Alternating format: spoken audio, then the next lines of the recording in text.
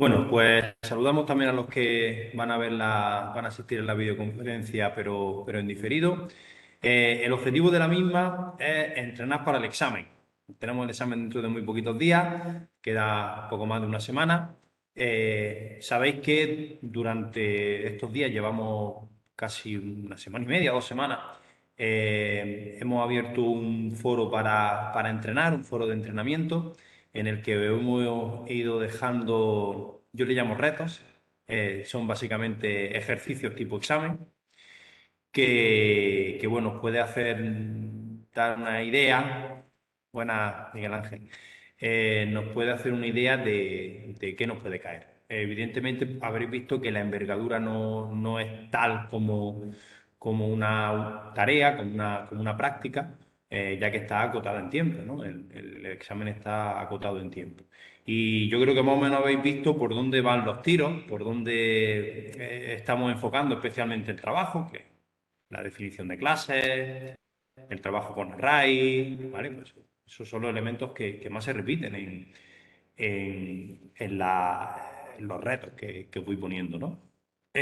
Bueno, en la sesión de hoy dejé abierta una semanilla para que me propusierais dudas o ejercicios concretos de esos retos que voy poniendo y no he recibido peticiones. Así que voy a hacer dos nuevos retos que yo creo que nos van a dar una idea bastante global de qué punto estamos y qué necesitamos controlar, porque algo, no digo similar, no digo idéntico, pero por ahí deben ir los tiros para el examen de la semana que viene. ¿De acuerdo? Bueno, pues comparto mi pantalla. Vale. Y mudo por aquí la ventanita.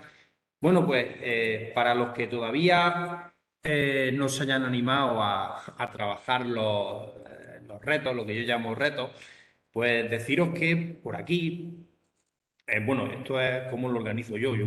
Supongo que mis compañeros lo hacen algo de forma parecida, ¿no? Aquí están las diferentes unidades de trabajo, que ya incluso hemos empezado la unidad sexta.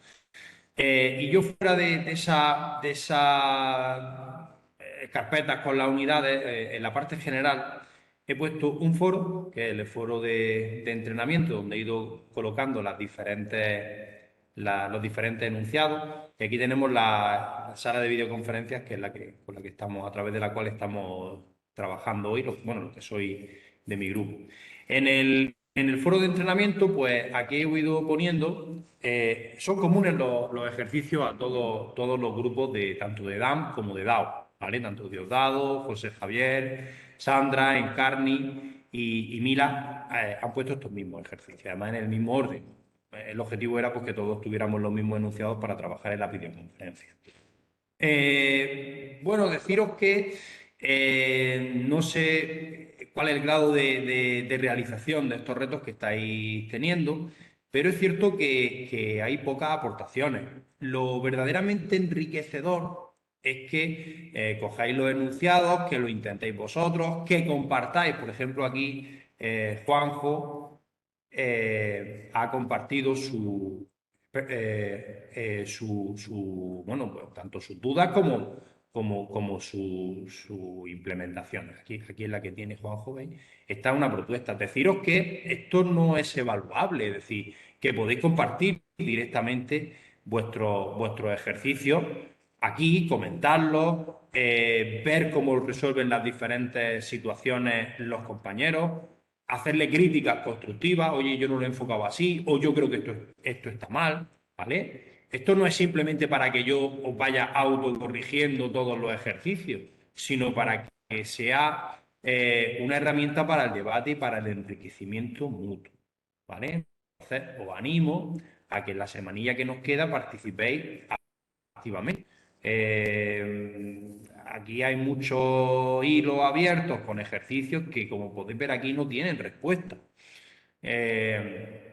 Por ejemplo, en el otro módulo que imparto de PSP, de un día a otro me aparecen 40 y 50 comentarios, gente comentando su código, gente enriqueciéndose mutuamente, debatiendo, resolviendo preguntas en colaboración. Para eso es para lo que está diseñado este foro, ¿vale? Entonces os animo a que participéis más activamente en el foro, ¿vale? Bueno, pues para los que no puedan, no lo quieran, porque también entendemos las diferentes situaciones de todo el mundo, ¿vale? No es una crítica, no es una exigencia lo que acabo de haceros, sino una sugerencia.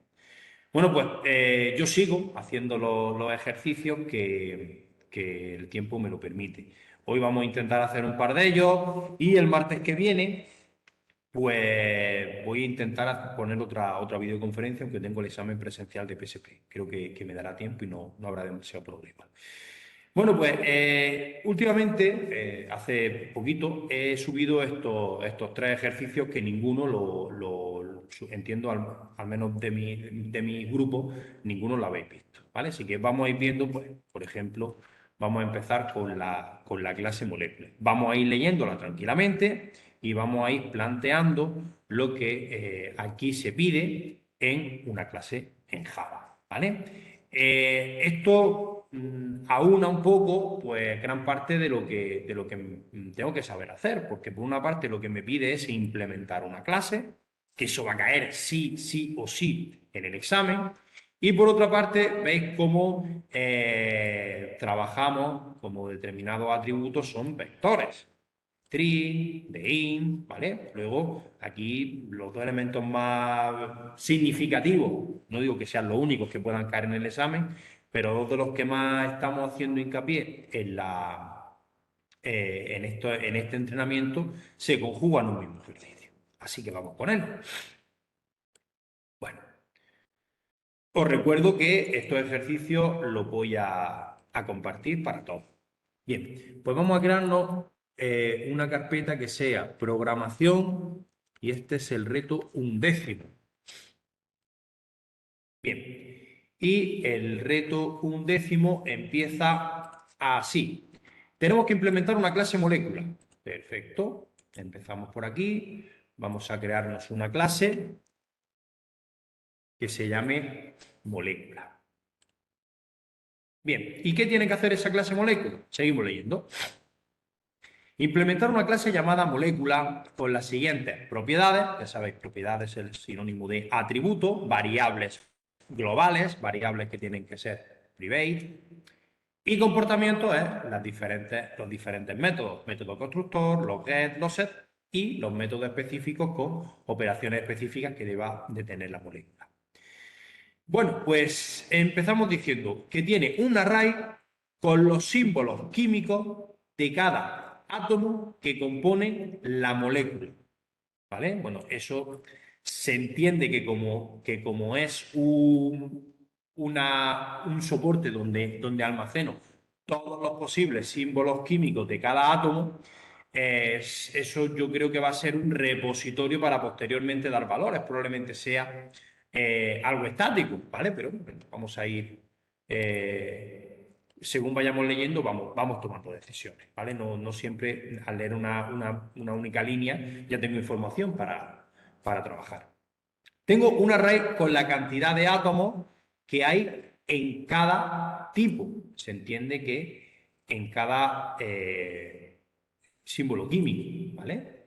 Bueno, pues tengo un vector entero, un vector de string, ¿vale? Eso podemos ir ya haciendo pequeñas implementaciones. Vamos a aumentar un poquito aquí el zoom. Bueno, luego veremos si eso lo acabamos convirtiendo en estático, no estático, pero ahora mismo vamos a crear un array que sea átomos y otro array que sea cantidades. Bien, tenemos un método constructor que recibe un string con la fórmula química de cada molécula. Es decir, ya sabéis que una molécula es una composición de diferentes átomos en diferentes cuantías. Por ejemplo, el agua es H2O. Agua es H2O. tiene dos átomos en cantidad 2 de el producto hidrógeno y un átomo de oxígeno. Por lo que estoy viendo aquí, esto no va a ser una cantidad genérica de elementos, sino que a mí me van a ir dando diferentes moléculas y yo de esas moléculas voy a componer los diferentes átomos que tiene y en las cantidades que tiene. Luego, lo que acabo de decir anteriormente, de que esto sea una constante, de que esto sea estático, me desdigo totalmente, ¿vale? ¿Veis? Como cuando yo voy leyendo, voy adquiriendo toda la información, ¿vale? Es muy recomendable, aunque en el ejercicio que me den sea un poquito largo, que antes de empezar a escribir, para no equivocarme, lo leamos por completo, ¿vale? Bien, entonces tenemos los dos atributos, que son los átomos que componen una molécula y la cantidad de átomos que componen dicha molécula. Luego me dice que tenemos un método constructor. Ya sabéis que los métodos constructores, repito lo que ya llevo semanas diciendo, siempre son públicos, nunca devuelven nada, luego no se pone void porque es redundante y recibe el mismo nombre que tiene la clase. En este caso, la molécula recibe un string con su composición de elementos. Pues vamos a llamarle fórmula, como dice que recibe la fórmula química de la molécula, vamos a llamarle fórmula. Por ejemplo, H2O, cloruro de sodio, no me pidáis más porque de química ya la tengo olvidada. La estructura de la fórmula de una molécula estará siempre compuesta por uno o varios de los siguientes elementos. Es decir, siempre tiene un símbolo químico que representa el átomo, que pueden ser una o dos letras, la primera siempre en mayúscula, y después un número, ¿vale? Que es la cantidad de elementos de ese átomo, que puede o no aparecer. Por ejemplo, en el agua, veis que me especifica dos elementos de hidrógeno y de oxígeno solo me especifica uno, ¿vale? Entonces el 1 se omite. Igual que aquí el cloruro de sodio, se entiende que hay solo una molécula de sodio y una de cloruro. El número que puede o no puede aparecer se refiere al número de veces que aparece el átomo que tiene anterior en la molécula. Si no hay número en ese átomo, aparece una única vez. El número puede ser como máximo 99 y nunca puede ser 0. Tiene que estar entre o bien omisión o entre 2 y 99. ¿Todo esto qué me está diciendo aquí? Básicamente me está dando la información de los elementos que componen una fórmula. Y esos elementos, para sacarlos, necesitaré especificar una regla, un patrón. Si el símbolo químico de un átomo aparece más de una vez en la fórmula o se detecta alguna otra incongruencia en la fórmula, por ejemplo, empieza por números, hay un número que tenga más de 2 cifras, se lanzará una excepción y no se creará el objeto, ¿vale? Entonces aquí tenemos también repasito de tratamiento de excepciones, ¿vale? Luego tenemos un método string. Bueno, esta es la parte que tenemos que hacer aquí. Tenemos que, en primer lugar, esto lo tendríamos que generar, bueno, podemos poner aquí, generar un patrón. Aquí tendríamos que validar la variable fórmula, ¿vale? Si es que sí, si es válida, tenemos que descomponerla para obtener los valores de átomos y cantidades. Y si no, tenemos que lanzar una excepción. ¿Vale? Eso sería lo que tengo que implementar en el método constructor. Seguimos leyendo. Tenemos que hacer un método y me da la cabecera del método get lista de átomos. Bueno, esto simplemente es un get sobre este vector de átomos, ¿vale? Esto ya sabéis, que en el examen lo podéis utilizar, que tenemos el source, insert code, getters, y en este caso tendríamos de átomos y de números. No, de números no. Átomos, ¿vale? Que lo que hace, devuelve el string. El método string, lo que pasa es que en vez de llamarse átomo, el getAtomos, que es como normalmente se llama, get con el nombre del atributo, pues en este caso el ejercicio me lo pide, aunque no se llame get, pero me está implementando el código. Luego no es ninguna tontería que hagáis el source insert code y luego simplemente le cambiéis el nombre, ¿vale? Es una manera rápida de generar código. Que devolverá un array con los símbolos de los átomos que componen esa molécula. El tamaño de ese array será exactamente de la cantidad de átomos diferentes que forman la molécula. Bueno, aquí tenemos que hacer un pequeño parón para analizar esto. Cuando yo me creo el vector de átomos y el vector de cantidades, cuando yo lo declaro ahí, a priori, yo no sé la fórmula cuántos elementos tiene, ¿vale? No sé cuál es la longitud del vector átomos, no sé cuál es la longitud del vector cantidades, ¿vale? Entonces, tenemos dos alternativas. Tenemos dos alternativas. Una, intentar recorrer a través del patrón para ver cuántos elementos distintos hay y en base al número de elementos distintos que haya, crearme, instanciar el vector de átomos y cantidades a ese número de elementos, cosa que es bastante más compleja de lo que parece. Y la otra alternativa es trabajar con vectores parcialmente ocupados, que ya trabajamos con ellos hace 3 semanas cuando trabajábamos con la agenda de contactos. Yo me declaro un vector de átomos y cantidades grande y después yo lo que necesito es una variable que me diga cuántos elementos, que en este caso puede ser la misma, porque a cada casilla de átomo le corresponde una casilla de cantidades. Yo me puedo declarar una variable num elementos que inicialmente vale 0 y según se vaya llenando voy aumentando el num elementos, ¿vale? Y voy rellenando en sucesivas casillas una detrás de otra, ¿vale? Yo creo que esa sería la opción más sencilla, num elemento. De esta forma,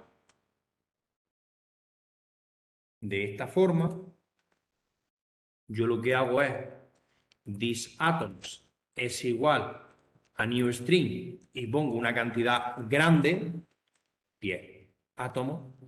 Hago lo mismo con cantidades.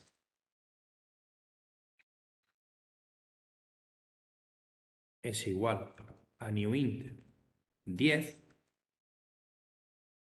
y el número de elementos lo inicializo a 0. ¿Vale? De tal forma que dentro de este bucle que yo tengo, una vez que he validado la fórmula, para ir sacando los diferentes elementos que tengo que implementar, ¿de acuerdo? Yo lo que tengo que hacer aquí es ir insertando elementos en la posición num elementos y aumentando la variable num elementos en una unidad. Todo esto lo comentaba porque me dice que el método getLista de átomos devuelve un array con los símbolos de los átomos que componen una molécula, pero el tamaño del array no me vale devolver este array. ¿Vale? Si la fórmula solo tiene 5 átomos, yo, según me dice el ejercicio, no puedo devolver el vector de átomos así tal cual, sino que tengo que devolver un vector cuyo tamaño sea exactamente la cantidad de átomos diferentes que forman la molécula. Bien, entonces, ¿qué tengo que hacer aquí? Pues prácticamente no me ha valido para nada el general del get átomos.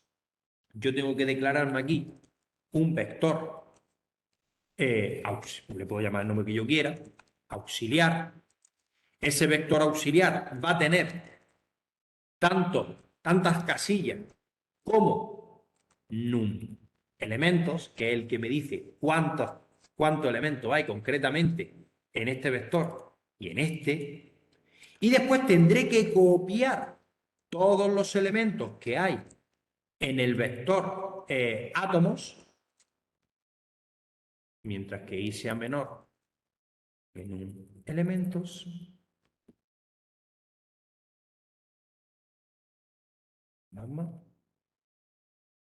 Y aquí lo que hago es aux en la posición i es igual que átomos en la posición i. Entonces, lo que estoy haciendo es, me declaro un vector que en lugar de tener 10 casillas, tenga exactamente el número de casillas que tiene ocupado el vector átomos, las otras están ociosas. ¿Y quién me dice cuántas casillas tengo?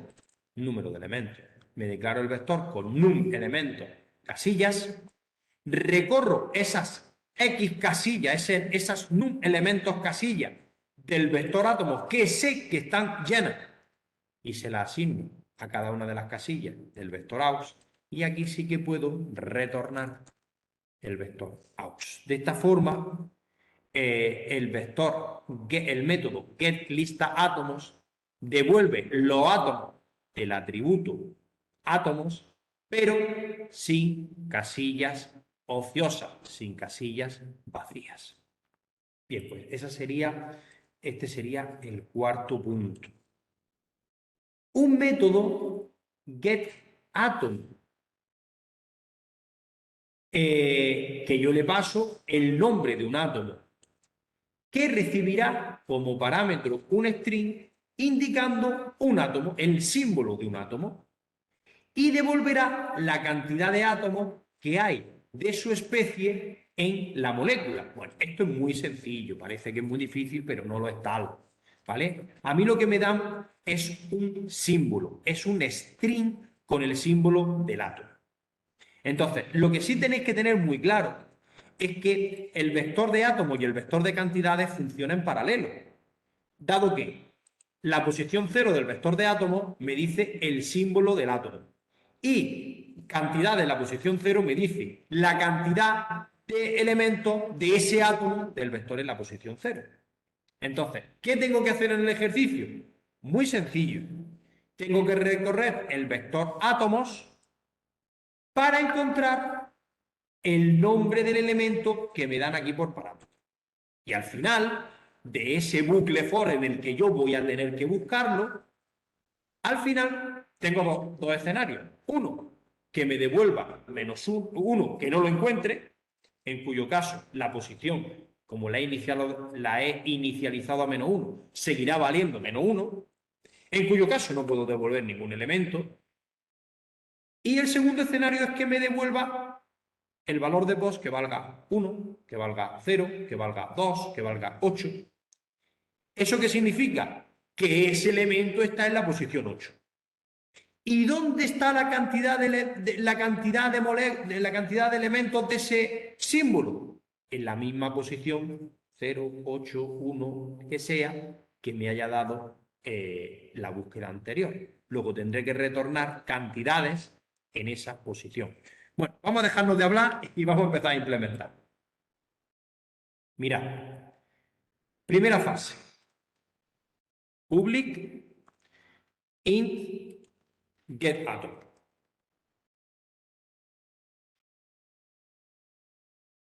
Bien, aquí tendríamos el getAtom. Entonces, aquí me están dando un elemento. Y ese elemento lo tengo que encontrar aquí en este vector.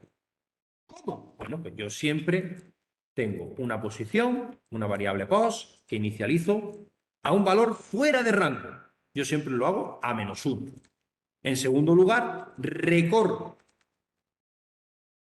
el vector mientras que i sea menor que el número de elementos. No olvidemos que los elementos del vector no es mientras que sea átomos.len, porque átomos puede no estar lleno.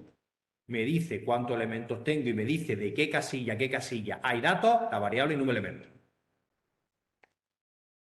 Y en cada una de las sucesivas posiciones y del vector, yo tengo que preguntar si esa posición contiene el texto que me han pasado aquí con el nombre de la variable átomo. Y eso se hace diciendo, si átomos en la posición i punto equals es igual que átomo, fijaros, ya me lo está diciendo, quiere decir que en esa casilla i del vector de átomo está el átomo que me están pasando por parámetro, en cuyo caso haré pos igual a i. ¿Vale? Si yo lo dejo así, tal cual está el bucle for, esta implementación tal cual funciona perfectamente. Pero la verdad que es un poco, ¿cómo decirlo? Poco eficiente. ¿Por qué? Vamos a suponer que el vector de átomos está lleno, ¿vale? Y tiene sus 10 átomos, del 0 a las 9.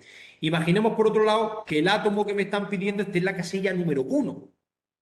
Entonces, paso por la 0, no está, no se cumple, voy a la siguiente. Y cuando estoy en la 1, me doy cuenta de que está. En cuyo caso, posición vale I.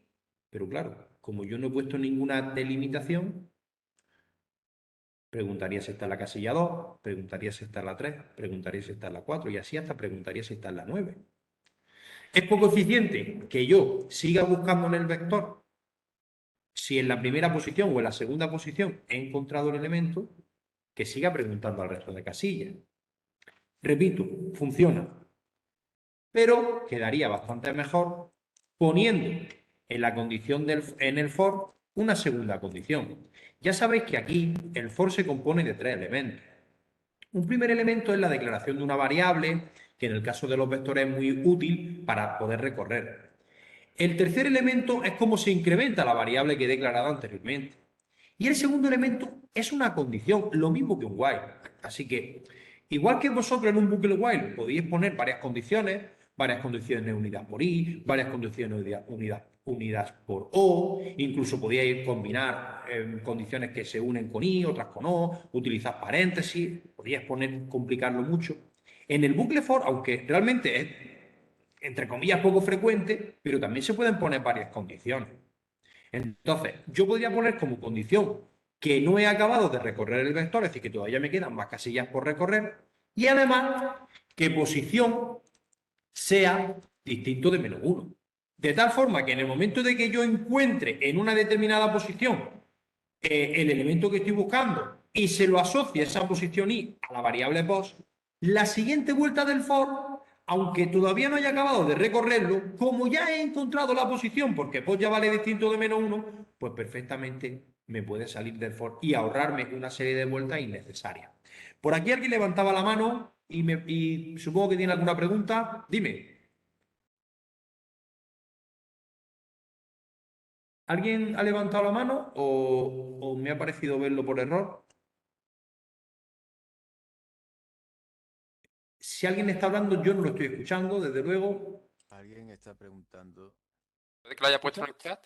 Sí, Ahora, mira, alguien. por ahora Yo, elementos es siempre cero. quería preguntar si todo bucle for se puede hacer con un while y todo bucle while se puede hacer con un for. Sí, sí, se puede. Lo que pasa es que, vamos a ver, sí, la respuesta concreta a lo que tú preguntas es sí. Cualquier while yo lo puedo hacer con un for y cualquier for lo puedo hacer con un while. Lo que pasa es que el implementar un while con un bucle for sería no poner aquí esto porque no sirve, es decir, esto tú lo puedes dejar en blanco y no pasa nada, y esto también lo puedes dejar en blanco que tampoco pasa nada. Pero claro, si tú haces un bucle for en el que el primer elemento y el último elemento, que es lo que diferencia al for del while, lo quita, pues ¿para qué poner un for? Lo normal es poner un while. ¿Vale? Y por otro lado, pues tú también puedes poner esto como un bucle while. Tú perfectamente puedes declarar una variable fuera del while, que sea, por ejemplo, j, y la inicializa, tú puedes poner aquí while y poner la misma condición que tú quieras, ¿vale?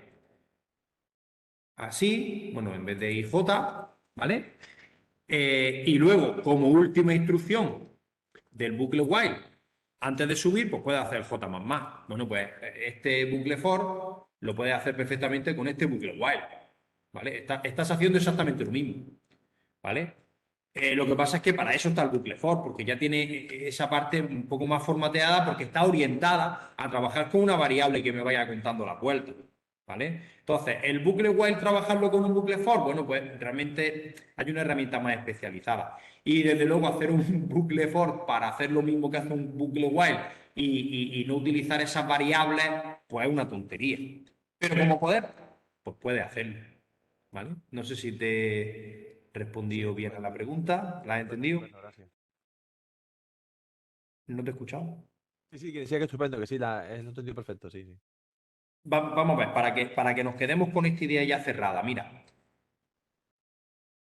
en el bucle while, yo utilizo un bucle while cuando yo no sé cuántas vueltas voy a dar. No tengo claro cuántas vueltas voy a dar. Voy a dar tantas vueltas, voy a estar dando vueltas hasta que se cumpla una condición. Pero ¿cuántas vueltas va a dar hasta que se cumpla? No lo sé. ¿Vale? Mientras que en el bucle for, tú puedes decir fehacientemente cuántas vueltas vas a dar. Por ejemplo, si tú no pones esta condición, ¿cuántas vueltas voy a dar? Pues si en un elemento vale 10, voy a dar 10 vueltas, desde 0 hasta 9. ¿Vale? Otra cosa es que luego ya te tomes el atajillo pues, para mejorar un poco el rendimiento, ¿no? Pero esa es la reglilla mnemotécnica. Para cuando sepas cuántas vueltas va a dar, lo que valga la variable X. La variable X no sabes qué valor va a dar, pero tú sabes que si X vale 10, voy a dar 10 vueltas. Si X vale 100, pues voy a dar 100 vueltas. Utilizo el bucle for. Y cuando no lo sabes, cuando simplemente es cuando se cumple una condición, pero eso no sabes cuándo va a llegar, pues utilizo un bucle while. ¿Vale? Bueno, pues entonces estábamos diciendo que lo que estoy haciendo aquí en este bucle for es buscar, estoy buscando en el pero el post -1, ¿cómo entra en el? Pero la posición es -1, ¿cómo entra? Claro, porque inicialmente posición vale -1. Entonces, cuando yo entro, la i que vale 0 es menor que el número de elementos. Imaginemos que el número de elementos vale 5. Pues 0 es menor que 5 y posición es distinto. Perdón, es que tienes razón. Posición es igual a -1. Es decir, yo entro si posición es igual a -1. En el momento que lo encuentro, es distinto de -1 y entonces cuando no entro al bucle for, ¿vale? Sí, no me estabas preguntando, me estabas ayudando. Gracias, Juan. Bien, entonces, una vez que tengo este for, ya hemos dicho que mientras que i sea menor que el número de elementos y mientras que posición siga siendo igual a -1, es decir, mientras que todavía no lo haya encontrado. En el momento que lo encuentro, posición vale un número distinto de -1, ya no entro. O bien en el momento de que, o bien cuando recorro el vector y no lo he encontrado. Entonces, tenéis que tener en cuenta que cuando ponéis en el bucle for dos condiciones, ¿vale?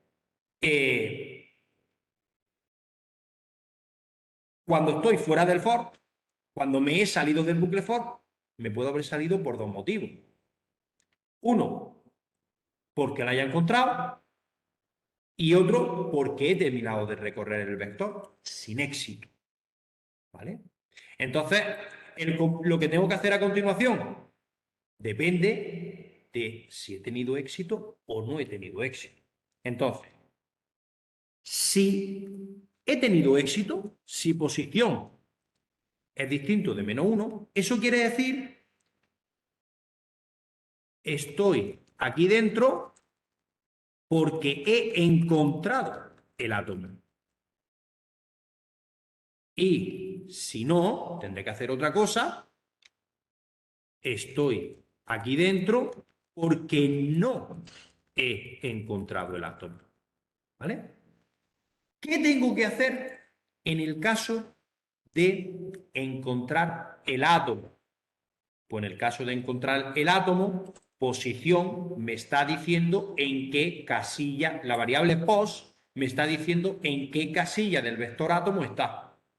Y por lo tanto, post también me está diciendo en qué casilla está en el vector cantidades la cantidad de elementos de ese átomo. Entonces, ¿qué tengo que hacer? Si lo que tengo que retornar precisamente es eso, pues entonces, return cantidades en la posición post. ¿Vale? Entonces, fijaros el flujo del programa. Busco el átomo en el vector de átomos, el átomo que me pasan por aquí. Si lo encuentro, es decir, si posición no es igual a lo que yo la he inicializado, que es -1, sino que está en una posición determinada del vector de átomos, pues retorno el vector de cantidades en esa posición, porque hay una correlación. Pero ¿qué pasa si no? ¿Qué pasa si no lo encuentro? Algo tendré que devolver. Vamos a volver al ejercicio. Fijaos, devolverá la cantidad de átomos que hay en su especie en la molécula. Por ejemplo, para H2SO4, el átomo H tiene que devolver un 2, y la S tiene que devolver un 1, y la O tiene que devolver un 4. Para cualquier otra entrada, es decir, si yo estoy pidiendo la W, que no está, es decir, cuando no está, devuelvo 0, que ya sabéis que 0 realmente es un valor no válido, porque en la especificación anterior decíamos que cada molécula, que cada átomo de la molécula tiene que tener un número que tiene que ser superior a 1, entre 1 y 99. Entonces estoy retornando un valor erróneo. En este caso me pide el enunciado que devuelva 0. ¿Vale? Bueno, pues ahí este método ya es un poquito más complejo. ¿De acuerdo? El get lista de átomos no era demasiado difícil y el get átomo, pues, un pelín más difícil. ¿Dudas hasta el get átomo?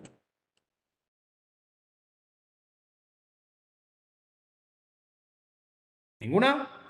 Seguimos. El método, tenemos que implementar un método get num, átomos distintos, que no tiene parámetro de entrada. Está diciendo aquí es que no le pasó nada. Que devolverá la cantidad de átomos diferentes que participan en la formación de la molécula. Por ejemplo, si es H2SO4, devolvería 3. Participan 3 átomos, hidrógeno, azufre y bueno, este método, por ejemplo, es muy sencillo. ¿Vale? Public in get num. Átomos distintos. ¿Vale?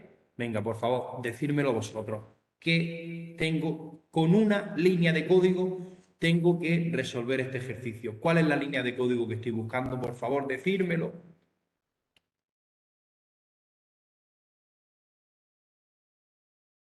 ¿Nadie? Venga, chicos, pensadlo. Si yo tengo esta molécula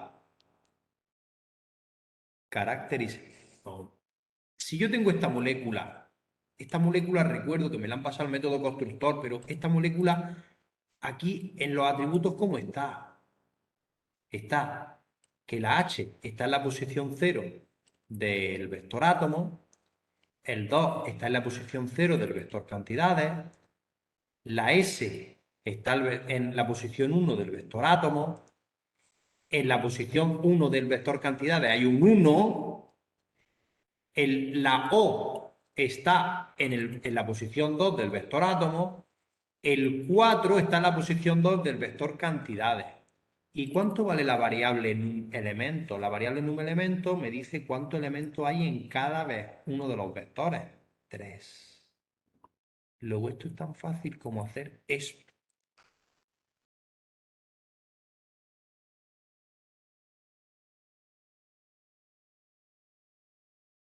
¿Quién no ha entendido eso?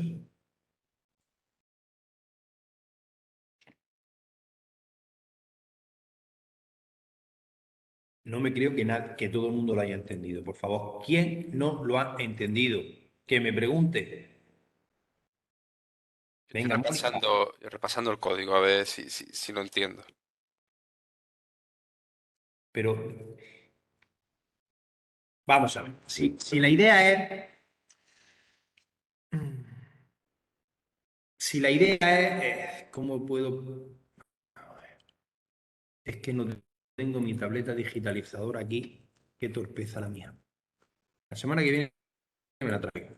Vale, si es que todas estas cosas de los vectores se ven mejor con dibujos que con otra cosa. Vamos a ver. Perdonadme porque voy a hacer algo que voy a intentar que sea legible, pero no creo que lo vaya a conseguir.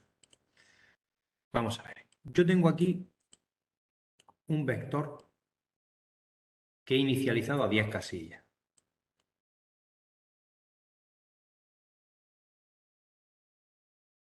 Que es el vector de átomos.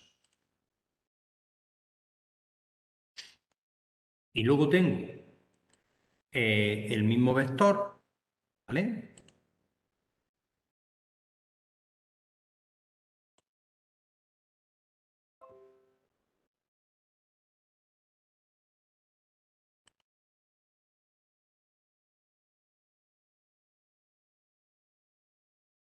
¿Vale? Que tengo cantidades. ¿Vale? Bien, vamos a ver. Y luego tengo una variable que es num elemento. Este sería el escenario inicial. Num elementos inicialmente vale 0. ¿Vale? Ahora, me llega una fórmula, me llega una molécula. H2O Na4. Le acabo de dar a los libros de química una patada.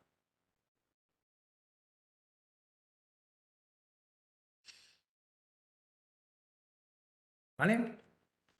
Entonces, en el método constructor, que todavía no lo hemos hecho, por cierto, que me lo he dejado para el final, en el método constructor, yo lo que tengo que hacer es, gracias a un patrón, yo cojo el primer átomo. Sí, ¿no? Bueno, vosotros me lo perdonáis. Ya sé que esto es una estupidez. H. Y lo pongo aquí. Y el 2 lo pongo aquí. Pero para poder hacer esto, ¿cuál es la fórmula, cuál es la instrucción informática que me hace esto? La instrucción informática es átomos en la posición num elementos es igual a la h. Que a la h no es, que esto estaría dentro de un bucle, sería en una variable donde yo he cogido la h. ¿Vale? Pero esto es para entender. Cantidades en la posición num elementos, cojo el 2. Y ahora hago num elementos más. Entonces, después de que en el método constructor analizado el patrón y cogido el primer átomo, ese primer átomo lo meto en la posición num elementos. Inicialmente en la 0, por eso lo pongo en la posición 0. Ahí mi tableta, me la he hecho de menos. Y ahora ya tengo un elemento aquí. Pues el número elemento ahora me apunta a 1. Después, en la siguiente vuelta de ese bucle, leo el oxígeno. ¿Y qué hago? Átomos en la posición número elementos, que ahora vale 1, aquí en la posición 1, meto la O. Y como no tiene cantidades en la posición número elementos, en la 1, meto el 1. Aquí. Y número más. ¿Estáis dando cuenta cómo la variable número elementos me dice cuántos elementos tengo? Y además me está apuntando a cuál es la primera casilla libre para el siguiente elemento meterlo ahí. Esto es un insertar elementos sobre dos vectores parcialmente llenos, que se van llenando. ¿Vale? la tercera iteración, que esto será un bucle, que no lo hemos programado todavía, repito, lo que hago es que cojo el Na4. Lo que hago, átomos en la posición 2, meto el Na. ¡Ay! Y el 4 lo meto. Y número de elementos vale 3. Luego, ¿cuántos elementos distintos tiene esta molécula? 3 elementos. ¿Cuánto vale la variable número de elementos? 3. ¿Ahora se ha entendido? ¿Ahora se ha entendido un poquito mejor? Sí, sí, un poco mejor. Es muy importante que sepamos manejar los vectores parcialmente llenos, porque yo no siempre tengo los elementos de un vector a priori. Lo normal es que yo tenga un vector vacío y que poco a poco yo le vaya insertando elementos. ¿Vale? Repasaros, si no manejáis esto bien, manejaros por favor la videoconferencia de hace 2 o 3 semanas de la agenda de contacto, que ahí viene bastante desarrollado esto. Bueno, pues ese sería un método pues, bastante sencillote, ¿vale? Número de elementos, número de átomos distintos. ¿Cuántos átomos distintos hay? Ahora, dime el método getNumAtomos totales. Tampoco tiene parámetros. Devuelve la cantidad de átomos en total que tiene la molécula. Es decir, que si yo tengo H2SO4, debería devolver 7, claro. Dos átomos de hidrógeno, 1 de azufre y 4 de oxígeno. ¿Qué tengo que hacer aquí? Bueno, coger este vector y hacer una sumatoria de los elementos que hay, no de las casillas libres, evidentemente. De aquí no. Luego tengo que hacer un bucle for que vaya dando vueltas mientras que y sea más pequeño que en un elemento y voy haciendo la sumatoria de sus casillas. También este es un ejercicio, este método también es bastante sencillote. Public in get num átomos totales. ¿Vale? Get num átomos totales. Y lo que tengo que hacer, pues me declaro una variable sumatoria y recorro el vector de átomos, de cantidades, perdón, mientras que y sea menor. Pero esto peta por 2 sitios. ¿Qué es lo que peta por 2 sitios?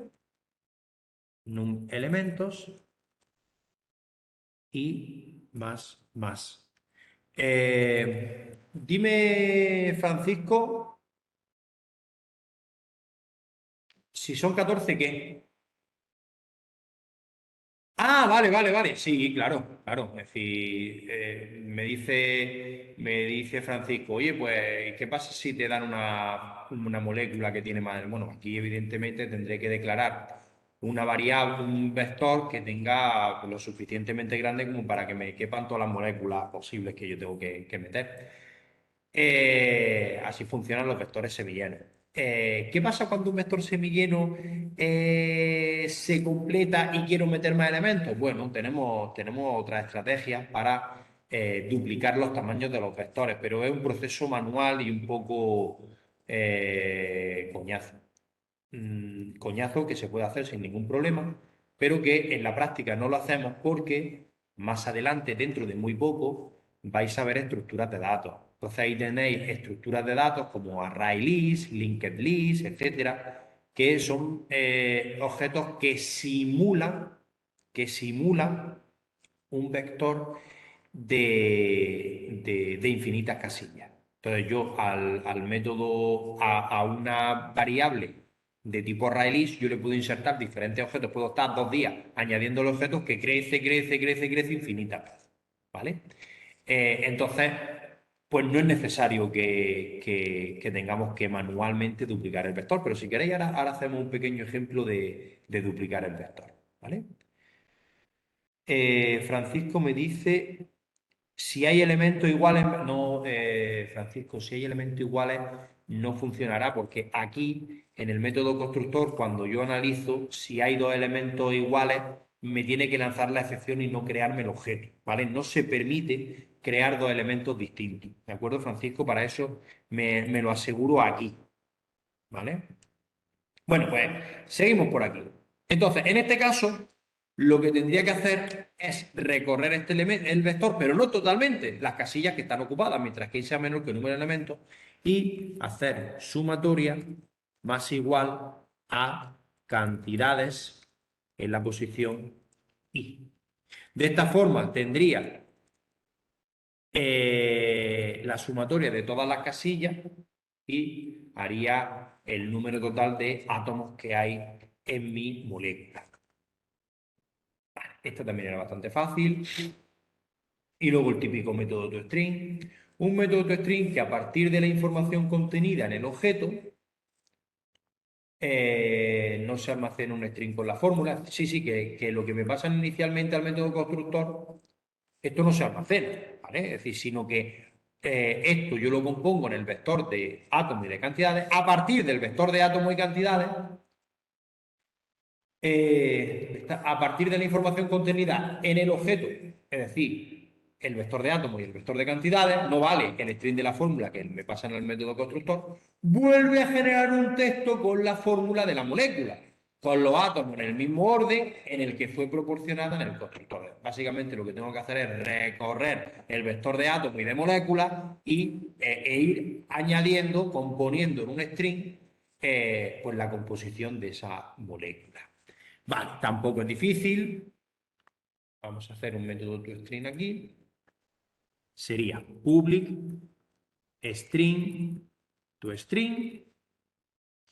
Y aquí sería, me compongo una variable salida, inicialmente cadena vacía, y aquí lo que tengo es un bucle for, subir esto para que se vea mejor, en el que recorro, mientras que y sea menor que el número de elementos, solo puedo recorrer las casillas que tienen datos y más. Y aquí lo que compongo es la fórmula. ¿Cómo sería? Salida es igual a salida concatenado con, primero, el átomo. Átomos en la posición I. Y a eso automáticamente le tendría que concatenar la cantidad. Pero cuidado con la cantidad.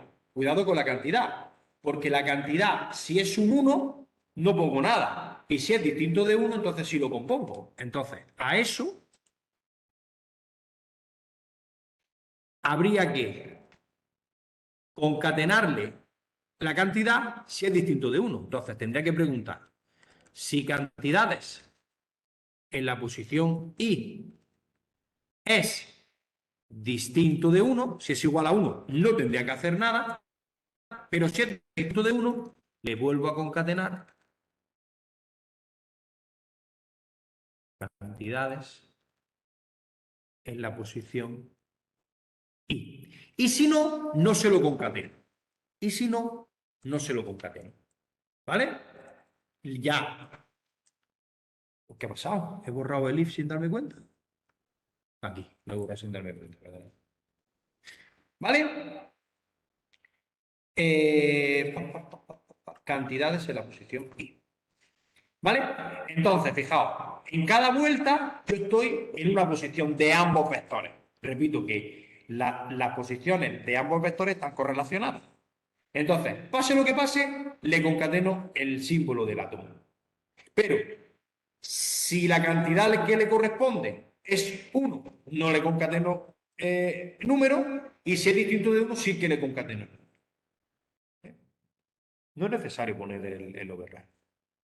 No, porque cuando me lo genera solo, por algún motivo, me pone el override. O también, el override también se utiliza, pero en un contexto de herencia que todavía no hemos visto, así que te lo iba a explicar, pero mejor no te lo explico porque debía liarme. ¿Vale?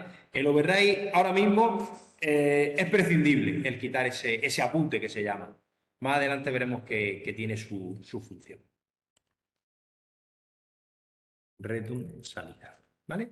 Bueno, pues este sería el toStream. Bueno, pues ya estaría listo. Ahora me pide un mail para bueno, espérate, me falta el método constructor, ¿vale?